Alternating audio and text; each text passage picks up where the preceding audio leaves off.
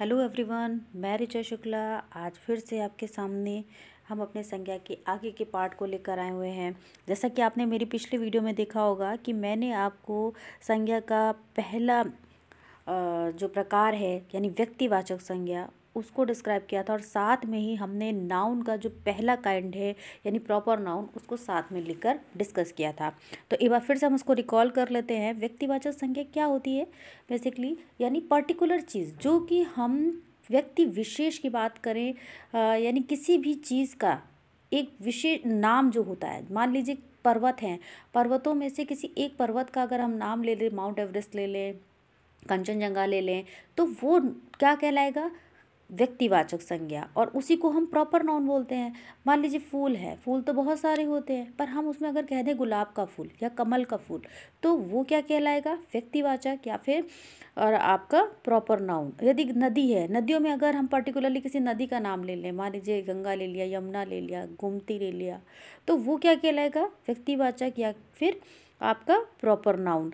इसी तरीके से अब हम अपने दूसरे पार्ट पे आते हैं जिसका नाम है जातिवाचक संज्ञा। ठीक है, और जातिवाचक संज्ञा, और जब अगर हम नाउन की बात करें तो उसे हम बोलते हैं कॉमन नाउन। तो जातिवाचक संज्ञा में देखिए, अब जैसे हमने फल ले लिए, ठीक है, चाहे आम हो,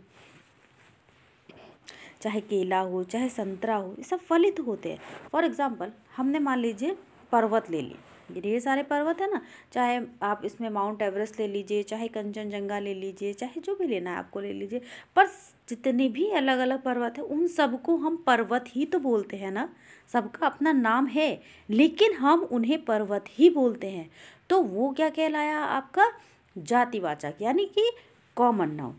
अब हम बात कर लेते हैं नदियों की। गंगा, यमुना, गोमती, घाघरा, अगर हम नाम ले लेंगे किसी नदी का तो वो हो जाएगा व्यक्तिवाचक। लेकिन अगर हम सिर्फ नदी बोलते हैं यानी, तो क्या कहलाएगा वो? जातिवाचक यानी कि कॉमन नाउन। क्योंकि सारी नदी, चाहे हम कोई भी नाम लें, नदी ही तो कहलाती है।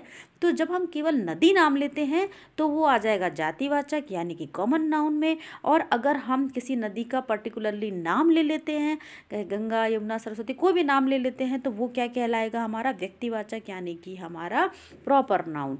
अब अगर हम बात करते हैं फूलों की, तो यहाँ पर देखिए कितने सारे फूल हैं।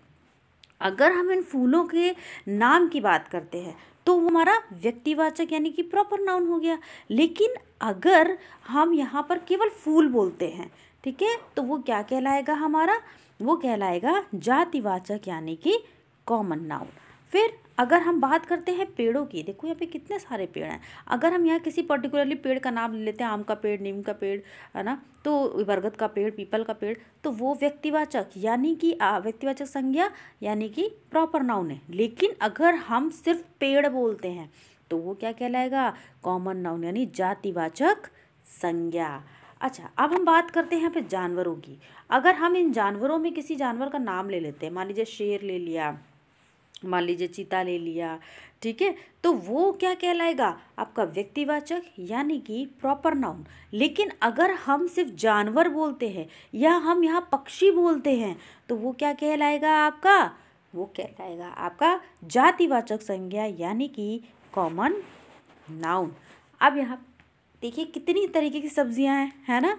अगर हम किसी सब्जी का नाम ले लेते हैं, आलू ले लेते हैं, प्याज ले लेते हैं, बैगन ले लेते हैं, टमाटर ले लेते हैं, तो वो क्या हो गया? वो हो गया हमारा व्यक्तिवाचक संज्ञा यानी कि प्रॉपर नाउन। लेकिन अगर हम कहें सब्जियां, ठीक है, अगर हम केवल सब्जियां बोलते हैं तो वो क्या कहलाएगा? जातिवाचक यानी कि जातिवाचक संज्ञा कॉमन नाउन। ठीक है, फिर अगर यहाँ देखो कितने सारे फल हैं, है ना, ढेर सारे फल। आपको फल पसंद है? मुझे तो फल बहुत पसंद है, स्पेशली मैंगो। मैंगो तो मेरा फेवरेट है। आई होप आप लोग का भी बहुत फेवरेट होगा क्योंकि वो सबका फेवरेट होता है।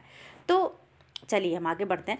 तो जैसे यहाँ पे बहुत सारे फल हैं, ठीक है, तो इन फल अगर हम यहाँ पर आम बोल दें, सेब बोल दें, केला बोल दें, अंगूर बोल दें, अनानास बोल दें, तो ये क्या होगा? ये होगा व्यक्तिवाचक संज्ञा यानी कि प्रॉपर नाउन। लेकिन अगर हम सिर्फ फल बोलते हैं, अगर हम इसे फल बोलते हैं तो वो क्या कहलाएगा? Common noun. तो ये था दोस्तों आपका जातिवाचक संज्ञा कॉमन नाउन और साथ में हमने पिछला वाला व्यक्तिवाचक और प्रॉपर नाउन को भी रिवाइज किया। तो आई होप आपको मेरी वीडियो ज़रूर पसंद आई होगी और आपको ये काइंड ज़रूर समझ में आ गए होंगे दोनों। तो अब अगले काइंड के लिए हम अपनी अगली वीडियो में आपसे मिलेंगे। तब तक के लिए बाय बाय। लेकिन हाँ, मेरे चैनल को लाइक और सब्सक्राइब करना ना भूलें। तब तक के लिए बाय बाय।